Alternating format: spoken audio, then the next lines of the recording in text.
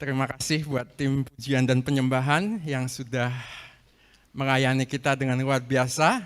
And give it up for Karin ya, yang melayani kita sebagai song leader for the first time di dalam kita punya ibadah. Karin, I'm very blessed. Keep up the good work in the Lord.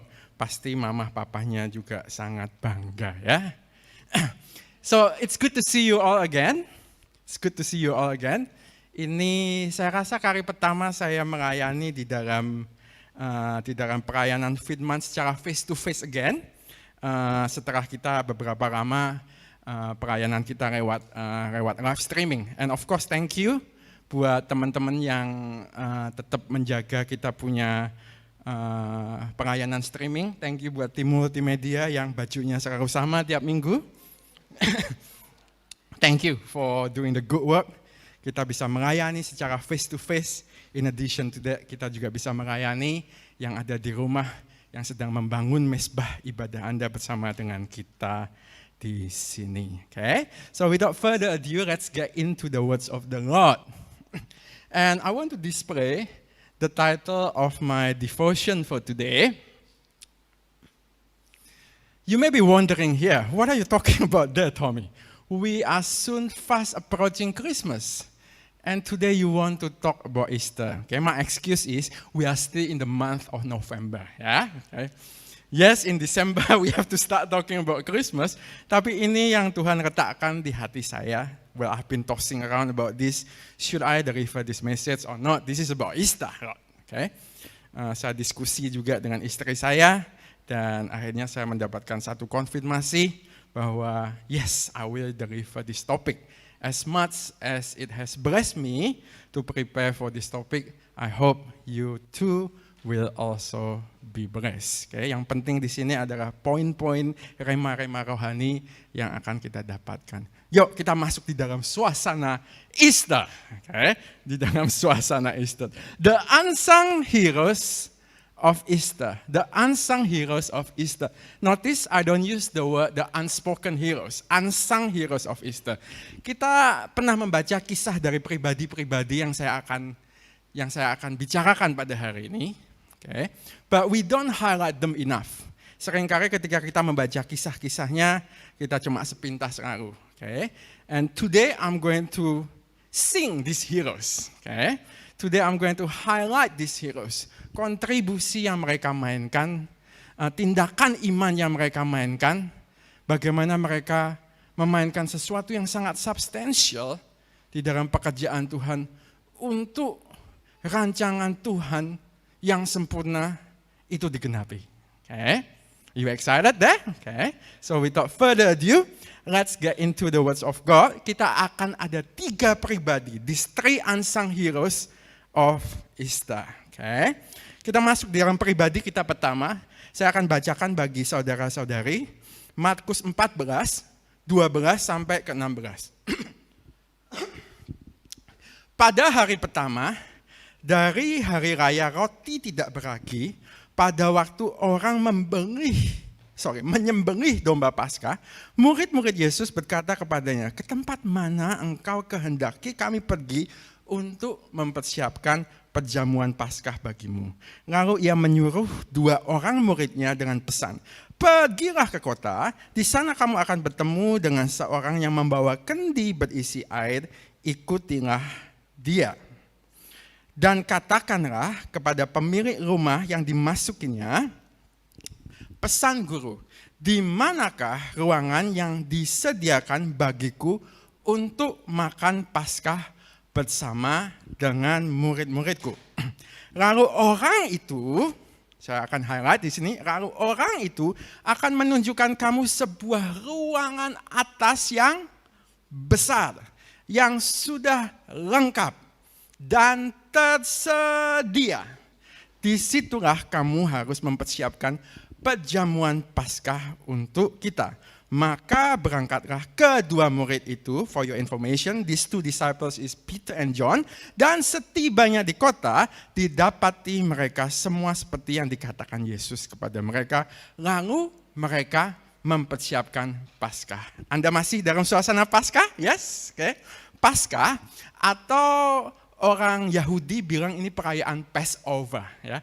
Perayaan Passover, kalau kita tarik benang merahnya, perayaan Passover itu adalah perayaan yang memperingati Exodus. Ya. Exodus keluarnya bangsa Israel dari Mesir, dari tanah perbudakan menuju ke tanah perjanjian.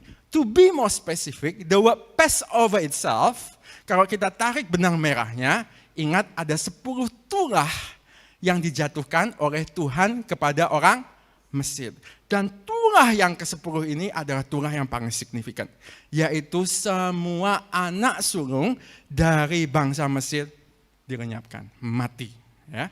Tetapi karena kasih setia Tuhan buat bangsa Israel, di mana Tuhan memberitahukan kepada bangsa Israel, haruslah kamu korbankan anak domba, darahnya kamu cat di pintu-pintu rumahmu, dan dengan begitu Roh Allah akan passing over, ya, passing over sehingga anak-anak sulung orang Israel selamat. Oke, sedikit sejarah tentang Passover. Oke. So, Passover sampai saat ini pun menjadi satu perayaan yang sangat spesial. Passover adalah perayaan yang sangat spesial. Orang Yahudi secara berkelompok dengan keluarganya atau dengan teman-temannya atau dengan satu grupnya dia merayakan perjamuan Passover. Kita kembali, tadi pembacaan tadi, 2 murid Tuhan Yesus mengatakan, lah kita tahun ini mau merayakan di mana guru? Ya? Perjamuan Paskah kita, perjamuan Passover kita.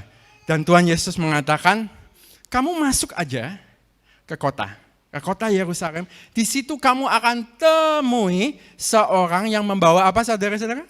Yang membawa kendi berisi air. Oke, bisa diasumsikan di sini bahwa orang ini seorang pelayan. Ya, seorang pelayan. Kamu ikuti aja dia. Ikuti aja dan kamu akan bertemu dengan seorang pribadi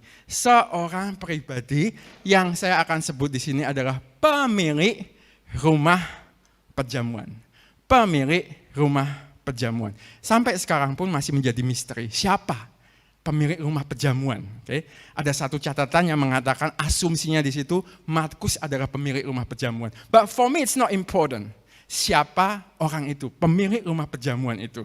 Tapi yang penting di sini adalah pribadi dari pemilik rumah perjamuan ini, bagaimana dia meresponi Tuhan. Amin, saudara-saudara. Okay. Saya juga nggak tahu bagaimana dia mungkin komunikasi dengan guru terlebih dahulu, dengan Tuhan Yesus terlebih dahulu. Mungkin beberapa minggu lagi saya akan mengunjungi rumahmu, tidak dikatakan di Alkitab. Okay. Mungkin dia dapat visitation dari malaikat Tuhan, rumahmu akan dipakai untuk menjadi rumah perjamuan. Mungkin, saudara-saudara. Again, this is all just assumption.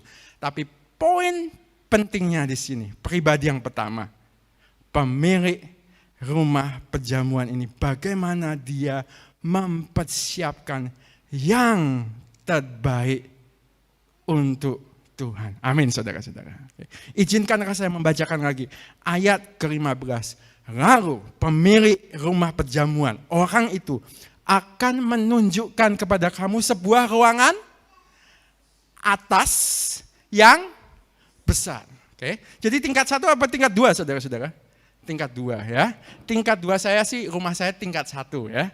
Tapi kok Iwan itu rumahnya itu ada tangganya ya. Apalagi sebentar lagi akan membangun rumah tangga ya. Rumahnya tingkat 2 ya.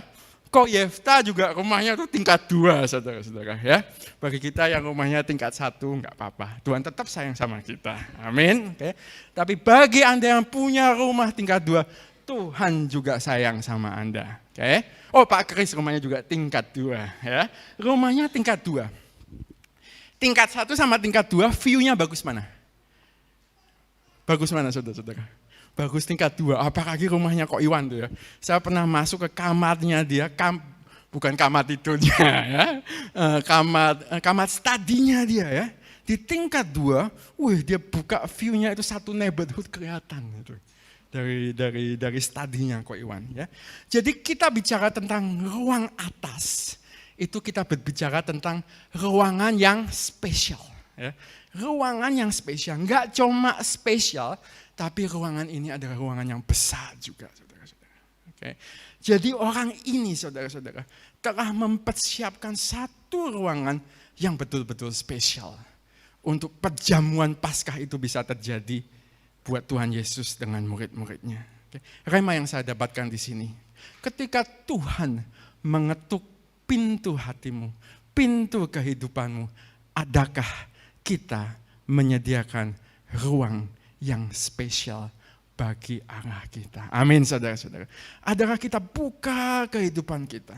Spesial Tuhan, masuk di dalam hatiku, masuk di dalam kehidupanku, bertahta di dalam kehidupanku, take control of my life. Aku akan memberikan ruang yang spesial buat engkau. Amin, saudara-saudara. Okay. Let's continue. Enggak cuma ruangan yang spesial saja, tapi ruangan itu sudah apa, saudara-saudara? Sudah lengkap dan tersedia. Ini pasti, saudara-saudara. Orang ini, saudara-saudara, pasti dari Manado, saudara-saudara. Dari Manado, ya. Bukan dari Semarang. Kalau orang Semarang itu masih ada hitung-hitungannya, saudara-saudara. Tapi ini orang pasti orang Manado, saudara-saudara. Ya. Dia menjamu secara lengkap dan tersedia. Dia enggak hitung-hitungan, saudara-saudara. Enggak kasih 20%, 30%, 50%, 70%. Dia sudah sediakan yang lengkap dan semua tersedia. I could imagine deh. Makanan, minuman. Tadi ada orang yang sedang mempersiapkan kendi-kendi air juga. Pelayannya pun mungkin sudah disediakan di situ. Rema yang sangat sederhana saya dapatkan di sini. Bagaimana dengan kita? Ketika kita memberikan kehidupan kita untuk melayani Tuhan, untuk melayani pekerjaan Tuhan, adakah kita memberikan yang terbaik buat Raja kita? Amin, saudara-saudara. Kita kasih semuanya, kita kasih secara lengkap dan tersedia, semuanya dipakai untuk kemuliaan nama Tuhan. Amin, saudara-saudara. Saya ada picture-nya di sini. Tempat ini dikenal dengan nama The Upper Room, The Upper Room. Okay. Sampai saat ini pun, kalau Anda pergi ke Israel, kalau Anda sedang tur ke sana, ke Holy Land, satu tempat yang akan dikunjungi adalah tempat ini, saudara-saudara. Tempat yang dimiliki oleh pemilik rumah perjamuan itu, The Upper Room. Okay. Dan kita tahu, okay, subsequently what happens then. Perjamuan yang terjadi di tempat itu enggak cuma jadi perjamuan Paskah, saudara-saudara. Tapi perjamuan itu menjadi the last supper dari Tuhan bersama dengan murid-muridnya di dalam masa kehidupannya sebagai manusia. Okay. Tempat itu menjadi tempat the last supper. Subsequently, tempat itu karena Tuhan begitu berkenan dengan tempat itu. Karena Tuhan begitu berkenan dengan si hati pemilik rumah perjamuan itu.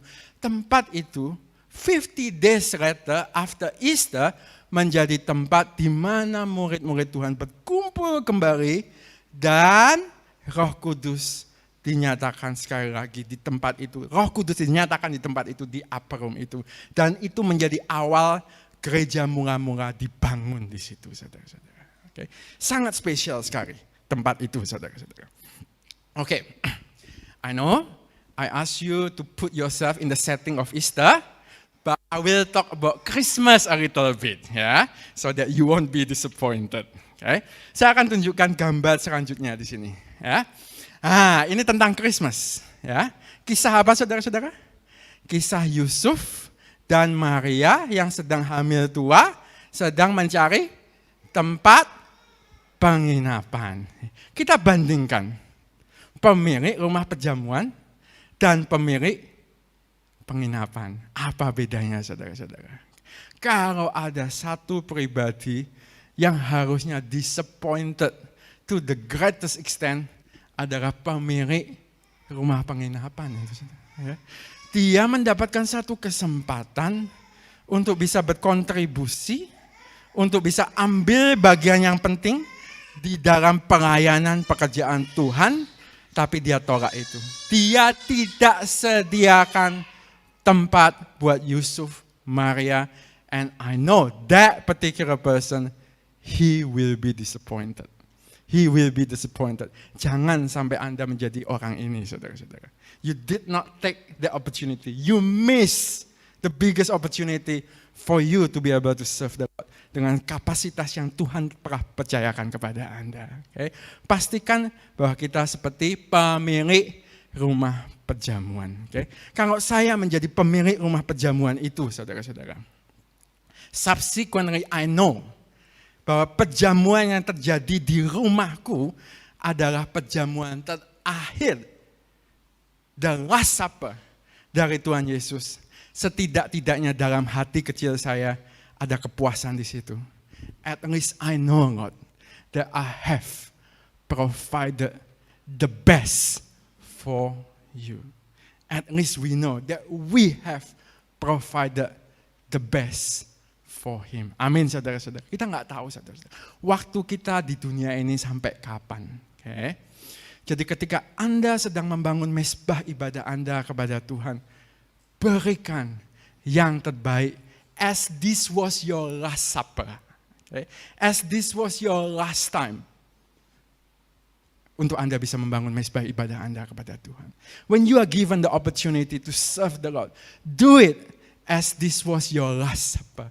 As this was your very last time to be able to serve the Lord. Dan Anda pastikan you won't be disappointed. Amin, saudara-saudara. Itu pribadi yang pertama. Pemilik rumah perjamuan. Okay? But before we move on to the second person here, saya ada sedikit testimoni, saudara-saudara. Ada satu waktu Bapak Gembala share kepada saya, hati dari Bapak Gembala ingin memberkati pekerjaan Tuhan, pembangunan rumah Tuhan di pedalaman di Sumatera, ya Pak, di Sumatera. Okay?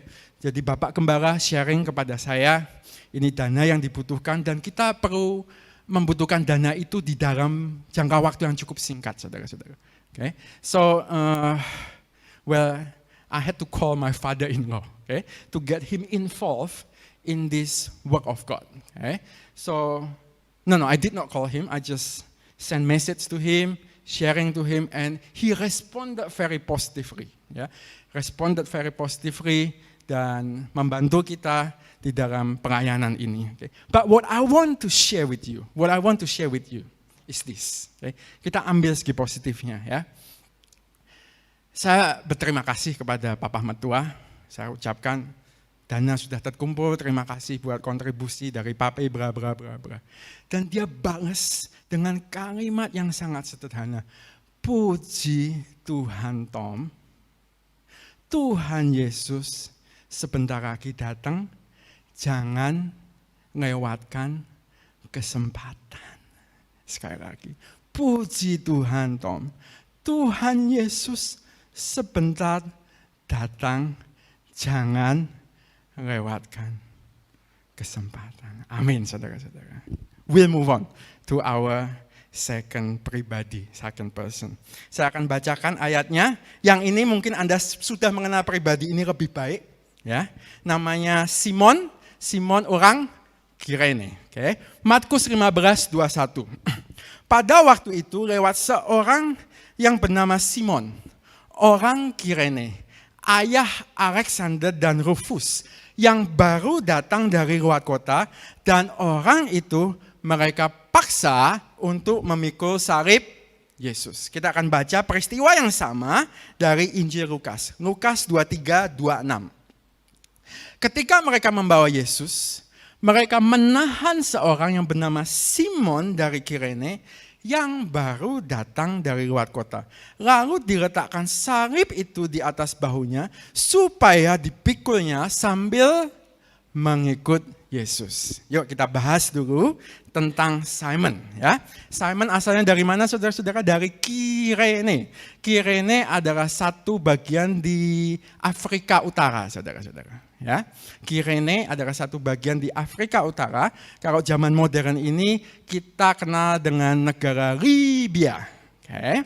Di Kirene itu memang banyak orang Yahudi karena sejarahnya waktu itu ketika mereka dibuang ke Babilonia, ada segerombolan orang Yahudi yang lari ke Kirene. Ya, Simon orang Kirene. Okay? Simon orang Yahudi, tinggal di Kirene, dan pada waktu itu dia datang ke Yerusalem untuk mengadakan perjamuan Paskah itu, untuk mengadakan peristiwa Paskah itu. Jarak dari Kirene sendiri ke Yerusalem dibutuhkan waktu sekitar 4 sampai 5 minggu. Kalau jalan laut 4 minggu, lebih cepat. Kalau jalan darat 5 minggu. Kalau jalan udara belum ada pesawat, ya. Okay. Jadi mereka khusus datang ke Yerusalem. Simon khusus datang ke Yerusalem dengan keluarganya untuk merayakan Passover itu. Sebagai tradisinya dia sebagai orang Yahudi. Okay. Apa yang terjadi saudara-saudara? Dia masuk ke kota Yerusalem itu, ada satu peristiwa besar sedang terjadi. Seorang narapidana, seorang terdakwa mati, sedang disiksa di situ. Dan dia harus membawa kayu salibnya untuk menuju ke tempat di mana dia akan disalibkan di situ. Siapa lagi kalau bukan Tuhan Yesus sendiri. Okay? Dan mata orang Romawi, prajurit Romawi ketika melihat Tuhan Yesus yang jatuh lagi dengan keadaannya yang setengah mati, saudara-saudara, dia melihat kepada satu pribadi yang bernama Simon, orang Kirene ini. Mungkin dia udah beradaptasi dengan lingkungan Afrika di situ, saudara-saudara, jadi badannya relatif tinggi dan besar, langsung dipik dia, ya. Oke, mungkin ya kamu, ya, dipik untuk memikul salib, ya, memikul salib. Betul, ada unsur paksaan di situ, Tapi kalau Simon sebetulnya mau berargumentasi untuk dia tidak mau memikul salib, kira-kira ada 2 argumentasi yang dia bisa katakan. Ya. Yang pertama, memikul salib berarti menyamakan dirinya dengan terdakwa mati atau orang bersalah tersebut. Oke. Yang kedua, salib itu pasti penuh dengan darah Yesus. Betul saudara-saudara? Oke. Salib itu pasti ada noda-noda darah Yesus. Ternodai dengan darah berarti Simon tidak lagi kudus. Dan dia nggak bisa masuk ke bait Allah untuk Passover tersebut. Okay. Setidak-tidaknya kalau dia mau berargumentasi untuk tidak mau memikul salib, itu 2 argumentasi yang justified, plausible. Ya. Tapi tidak itu yang dilakukan oleh Simon Kirene. Saudara-saudara. Dia pikul salib itu, dia responi pekerjaan Tuhan itu.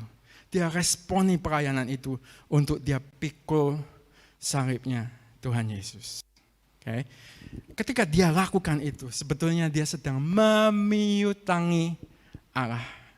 Orang Indonesia seringkali pakai ini, memiutangi Allah. Don't get me wrong here. Allah kita nggak butuh diutangi, saudara-saudara. Allah kita pencipta langit dan bumi. Ada satu hamba Tuhan mengatakan kalau Allah kita jual 1 bintang aja, the richest man in the world would not be able to purchase that star. Okay? Tapi memiutangi Allah di sini berarti Allah mau kita sebagai manusia untuk mendapatkan kesempatan masuk di dalam pekerjaan Tuhan. Amin, saudara-saudara. Allah kalau bekerja, dia mau melibatkan manusia, saudara-saudara. Melibatkan manusia untuk masuk ke dalamnya. Dan pada waktu itu, Simon Kirene, dia sambut kesempatan ini dengan sebaik-baiknya. Okay? Betul, kita berhutang besar dengan Allah kita. Dan hutang yang tidak mungkin kita bisa balas. Kematiannya di kayu salib untuk ganti dosa kita. We will never be able to pay it back. Saya suka sekali dengan perkataan dari Ibu Sansan. 2 minggu yang lalu dia katakan, Tuhan Yesus bertahan di kayu salib bukan karena ada paku di situ. Tuhan Yesus bertahan di kayu salib karena cintanya kepada kita. Amin, saudara-saudara. Tapi izinkan hari ini saya mau mengatakan juga, kita juga utang sedikit sama siapa, saudara? Sama Simon, orang Kirene tersebut. Ya. Keputusannya untuk memikul salib menjadi satu chapter, menjadi satu bagian di mana akhirnya salib itu bisa sampai ke Golgota, supaya rancangan Tuhan digenapi, mati di kayu salib untuk tebus dosa kita. Amin, saudara-saudara. Okay. Kita akan lihat lagi di dalam Injil Lukas yang tadi kita baca. Ketika mereka membawa Yesus, mereka menahan seorang yang bernama Simon dari Kirene yang baru datang dari luar kota, lalu diletakkan salib itu di atas bahunya supaya dipikulnya sambil mengikuti Yesus. Okay? I find this quite intriguing. Okay? Did you know how heavy is the cross? How heavy is the cross?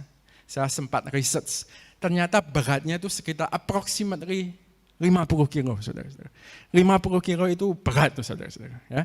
Makanya tadi siang saya tanya sama Chris itu mixernya tuh beratnya berapa? Ya. Sebetulnya saya mau eksperimen di sini, mau membandingkan berat 50 kilo sama mixer kita. Chris katakan sekitar 15 kilo, tapi kalau ditambah dengan boxnya 2 kali lipat. Sekitar 30 kilo. Saya juga bereksperimen lagi, saya coba gendong Axel. Ya. Axel itu beratnya berapa? 38,5 kilo. Untuk saya yang sudah kepala 4 sekarang, aduh cukup berat saudara.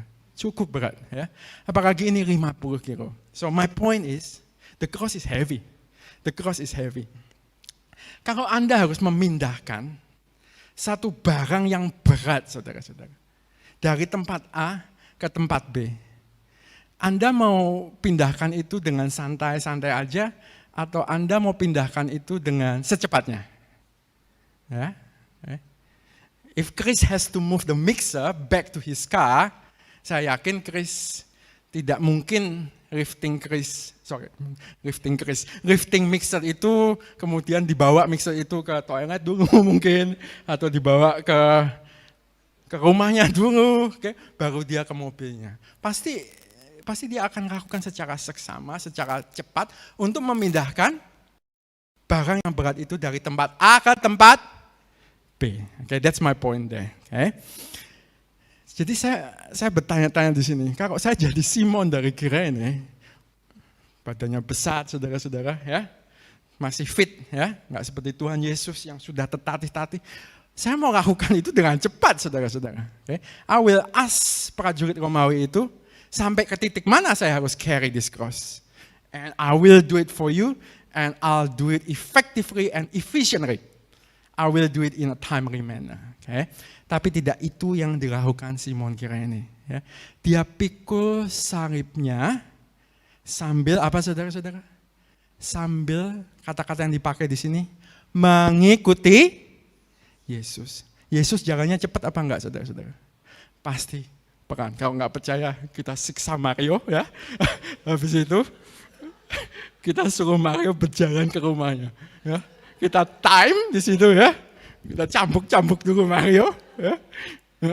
Dengan pecihan-pecihan kaca di situ, dan kita minta Mario untuk berjalan ke rumah. Pasti dia jalannya pelan-pelan dan tertatih-tatih. Okay.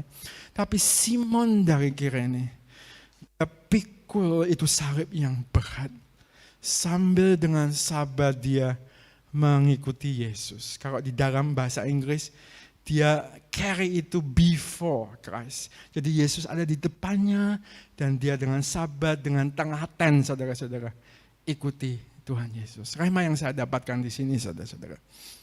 At this point of time, saya lagi carry great burden. Ya. The uncertainties, the problems that is going on at work, it's just overwhelming, it's just getting worse and worse. I'm carrying this heavy cross. Okay? Ada kalanya, saudara-saudara, ketika saya carry these problems, malah itu justru membuat saya nggak fokus sama Tuhan. Saya begitu getolnya mau menyelesaikan masalah itu dengan kepintaran saya, dengan kebisaan saya, dengan waktu yang saya punya. Pokoknya harus selesai. Ya? Pokoknya harus bisa. Okay?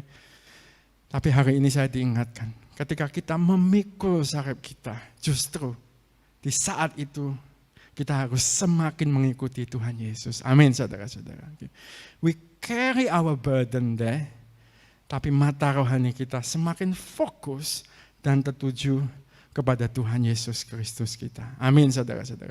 Saya yakin di saat yang sama juga Tuhan Yesus memperhatikan apa yang Simon Kirene lakukan buat dia. Sekali lagi, di saat yang sama Yesus juga memperhatikan apa yang Simon Kirene lakukan buat dia. Amin, saudara-saudara. Okay. Alkitab tidak menulis apa yang terjadi kepada Simon Kirene setelah itu. But, kalau Anda pay attention quite closely, di dalam Markus disebutkan apa? Simon punya anak yang bernama Alexander dan Rufus. Alexander dan Rufus. Okay? Talking about Rufus, saudara-saudara. Saya kalau main PlayStation sama Excel, ada satu karakter yang gendut sekali, saudara-saudara. Dia bernama Rufus. Ya. Bernama Rufus itu karakter yang mungkin kalau Anda lihat secara fisik, you're not going to use that character because he hasn't got the speed, he hasn't got the power and so on. Tapi justru saya sama Excel kalau main Street Fighter, kita berebutan pakai karakter Rufus ini. Okay? Yang mau saya katakan di sini, Rufus, saudara-saudara. Rufus. Kenapa Markus menyebutkan Rufus? Menyebutkan anaknya. Emphasize, highlight Alexander dan Rufus. Apa yang terjadi, saudara-saudara? Kalau Anda search tentang Rufus di kitab Roma, ternyata Rufus menjadi orang kepercayaannya Paulus. Rufus menjadi orang kepercayaannya Paulus. Rufus menjadi orang yang menyebarkan kekristenan, okay, secara baik, secara komprehensif, dipakai luar biasa di Roma, saudara-saudara. Saya yakin dan percaya bahwa pertemuan Simon dari Kirene dengan Tuhan pada saat itu telah mengubahnya sepenuhnya. Amin, saudara-saudara. Dia bukan lagi orang Yahudi, tapi dia adalah orang Kristen yang menerima keselamatan dan menerima apa sungguhnya mendapatkan keselamatan tersebut. Dan seluruh keluarganya dipakai oleh Allah. Amin, saudara-saudara. Okay. We'll continue with our last person, our third person. Saya juga yakin dan percaya Anda mengenal karakter ini cukup baik, pribadi ini cukup baik. Namanya adalah Yusuf Arimatea. Saya akan bacakan bagi saudara-saudara Markus 15, 42 sampai ke 47. Sementara itu hari mulai malam dan hari itu adalah hari persiapan, yaitu hari menjelang Sabat. Karena itu Yusuf orang Arimatea, seorang anggota majelis besar yang terkemuka, yang juga menanti-nantikan kerajaan Allah, memberanikan diri menghadap Pilatus dan meminta mayat Yesus. Pilatus heran waktu mendengar bahwa Yesus sudah mati, maka ia memanggil kepala pasukan dan bertanya kepadanya apakah Yesus sudah mati. Sesudah didengarnya keterangan kepala pasukan, ia berkenan memberikan mayat itu kepada Yusuf. Yusuf pun memberi kain lenan, kemudian ia menurunkan mayat Yesus dari salib dan mengafaninya dengan kain lenan itu. Lalu ia membaringkan dia di dalam kubur yang digali di dalam bukit batu, kemudian diguringkannya sebuah batu ke pintu kubur itu. Maria Magdalena dan Maria ibu Yoses melihat di mana Yesus dibaringkan. Ada 3 fakta tentang Yusuf Arimatea. Yang pertama, dia orang yang kaya, saudara-saudara. Dia orang yang kaya. Dia punya kuburan sendiri, saudara-saudara. Ya. Kuburan itu kalau di Jakarta ada satu yang terkenal namanya San Diego Memorial Park, ya, itu harganya ratusan juta.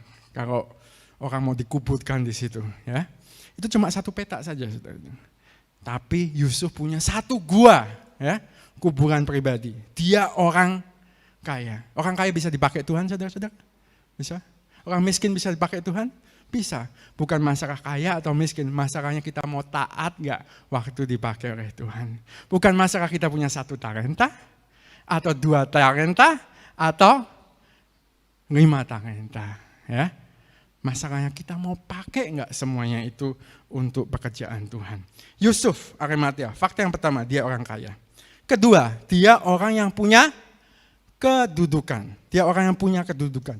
Dikatakan dia anggota majelis besar terkemuka. Atau kita kenal dengan nama Sanhedrin. Ya. Sanhedrin adalah pemuka-pemuka bangsa Yahudi yang mempunyai pengaruh begitu besar secara keagamaan, secara ekonomi, secara sosial dan budaya. Yusuf Arimatea, anggota Sanhedrin. Tapi yang ketiga, saudara-saudara, dia sebetulnya adalah orang yang mengagumi, mencintai, dan mempunyai harapan yang besar kepada Yesus. Okay. Di dalam Injil Yohanes dikatakan dia sebetulnya adalah murid Yesus. Dia adalah murid Yesus. Okay? Ada 3 poin yang saya akan bagikan di sini tentang Yusuf Arimatea. Yang pertama, Yusuf Arimatea memakai pengaruh yang dia punya untuk pekerjaan Tuhan. Ya. Nggak sembarangan orang bisa ketemu sama Pontius Pilatus, gubernur Romawi pada saat itu. Tapi Yusuf Arimatea dengan kedudukannya, dengan levelnya dia mempunyai akses untuk itu. Yang menjadi rema buat saya, apakah Anda mau memakai kapasitas Anda, pengaruh Anda di tempat kerja Anda, in your respective marketplace. Masalahnya Anda punya atau tidak, Anda punya. Tapi masalahnya Anda mau pakai itu atau tidak untuk pelayanan pekerjaan Tuhan. That's the first point. Second point, Yusuf Arimatea memainkan perannya dalam kontribusinya untuk janji Allah digenapi dengan sempurna. That is to say, anak Allah disalibkan, mati, dikuburkan, dan kemudian bangkit dari kuburnya, saudara-saudara. Sekuensnya harus gitu. Kalau dia disalibkan, kemudian dia mati, dan mayatnya atau jenazahnya disimpan sama prajurit Romawi, dan kemudian dia bangkit, mungkin ada satu konspirasi yang akan diciptakan oleh orang Romawi. Oh, sebetulnya itu Yesus belum mati waktu itu. Jadi nggak ada itu namanya kebangkitan Tuhan Yesus. Okay? Tapi dengan peristiwa penguburan jenazah Tuhan Yesus oleh Yusuf Arimatea, sekuensnya jadi komplit. Yesus disalibkan, mati, dikuburkan, dan dia Allah yang hidup, bangkit dari mati, bangkit dari kuburnya. Oke? Poin yang ketiga, Yusuf Arimatea adalah pribadi yang rela mengorbankan apa? Kekayaannya. Dia korbankan apa?